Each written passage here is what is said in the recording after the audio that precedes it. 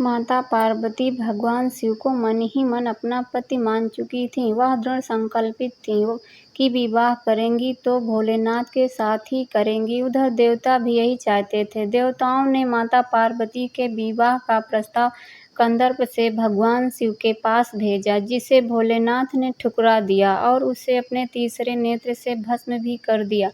लेकिन माता हार नहीं मानी और कठोर तपस्या शुरू कर दी। देवी पार्वती की तपस्या से तीनों लोक में हाहाकार मच गया।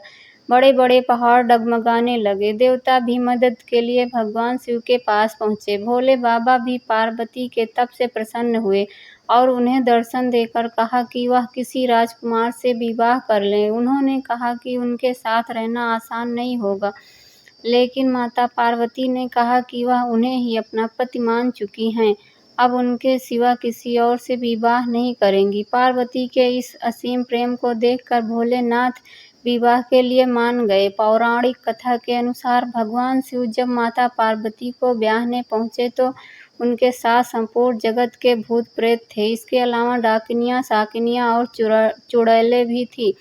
शिव जी की बारात में शामिल थीं। उन्होंने ही भोलेनाथ का भस्म से श्रृंगार किया, हड्डियों की माला पहनाई। इस अनोखी बारात को देखकर तो रानी मैना देवी, माता पार्वती की मां, हैरान रह गई। उन्होंने अपनी बेटी का विवाह करने से इनकार कर दिया। शिव के इस रूप को देखकर माता पार्वती ने उनसे आग्रह किया कि वह विवाह की परंपरा के अनुसार तैयार होकर आएं। इसके बाद भोलेनाथ ने अपनी विनती स्वीकार की और दूल्हे के रूप में तैयार हुए। उनके इस अनुपम सौंदर्य को देखकर रानी मैना देवी चकित रह गई।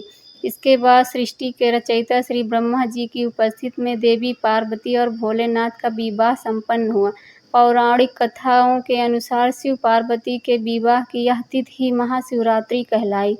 माना जाता है कि महाशिवरात्रि का व्रत करने से भक्तों को मनोवांछित फल की प्राप्ति होती है और शिवजी के साथ साथ माता पार्वती का भी आशीर्वाद प्राप्त होता है। कुंवारी कन्याओं को मनचाहा वर मिलता है। इसके लिए कुंवारी कन्याओं को इस दिन नित्य कर्म से निवृत्त होकर व्रत करना चाहिए। इसके बाद किसी शिव मंदिर में जाएं जहां पर शिव पार्वती एक साथ विराजमान हो। माता पार्वती को सुहाग का सामान अर्पित करते हुए पार्वती और शिव को लाल रंग के कलावे से 7 बार बांध दे। इसके बाद शीघ्र विवाह की प्रार्थना करनी चाहिए। वहीं सुहागिन स्त्रियों को भी इस पूजा से अखंड सौभाग्य का वरदान मिलता है।